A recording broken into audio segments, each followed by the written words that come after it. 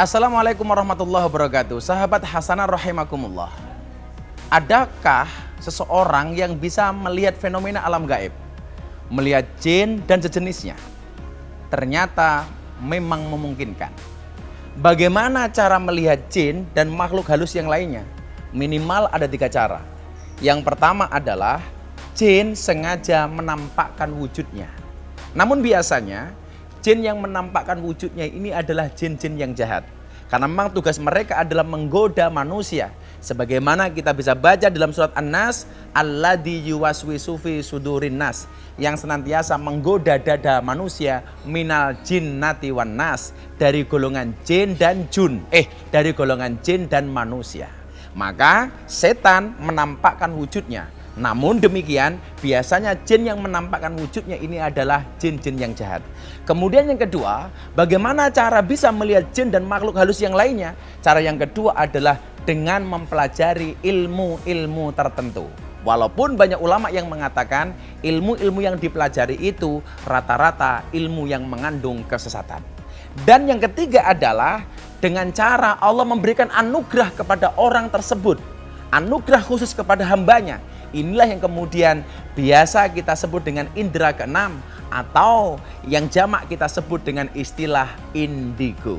Makanya kemudian anak kita kadang-kadang melihat hal-hal tertentu yang orang lain tidak melihatnya. Kita mengenalnya dengan istilah indigo. Bagaimana kemudian Islam memandang soal indigo ini? Saya ingin menyampaikan ada 2 realita yang harus kita pahami. Yang pertama adalah realita syar'i, yang berita-berita itu disebutkan oleh Allah langsung dalam Al-Quran maupun hadis-hadis yang sahih. Sebagaimana kemudian Allah sebutkan dalam surat Al-Jin ayat 9, meteor yang bercahaya itu sebenarnya adalah panah api untuk melempar iblis yang mencoba mencuri berita dari langit. Artinya apa? Ada orang yang kemudian melihat meteor yang bercahaya, berarti dia benar-benar melihat meteor itu. Itulah yang disebut dengan realita syar'i. Atau dalam realita lain kita mendengar dalam sebuah hadis riwayat Bukhari bahwa malaikat Jibril mempunyai 600 sayap. Secara langsung kita tidak pernah melihat penampakan Jibril, tapi karena itu diberitakan dalam hadis, maka wajib untuk diyakini.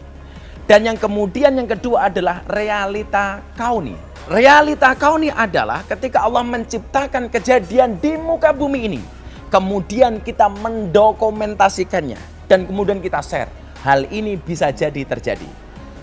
Tolong bedakan mana realita syar'i dan mana realita kauni.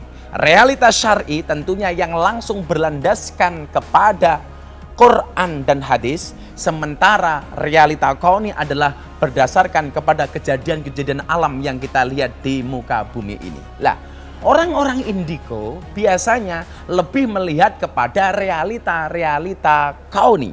Kejadian-kejadian yang ada di muka bumi ini yang sengaja diciptakan oleh Allah Subhanahu wa taala tetapi tidak termaktub di dalam Al-Qur'an dan hadis-hadis yang sahih. Maka sah-sah saja kemudian ketika Allah berkehendak untuk memberikan kelebihan kepada seseorang bisa melihat makhluk-makhluk lain.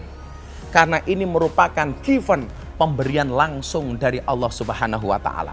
Tetapi yang perlu kita pelajari adalah bahwa kemudian ketika kita melihat makhluk-makhluk seperti itu, jadikan sebagai bentuk iktibar, sebagai bentuk pelajaran untuk apa? Alladzina yu'minuna bil ghaib, untuk beriman kepada hal-hal yang gaib, yang pada akhirnya lebih mendekatkan kita kepada Allah Subhanahu wa taala dalam bentuk iman dan takwa. Jangan sampai kita mengkufurkan Allah hanya gara-gara makhluk-makhluk seperti ini. Terima kasih. Assalamualaikum warahmatullahi wabarakatuh.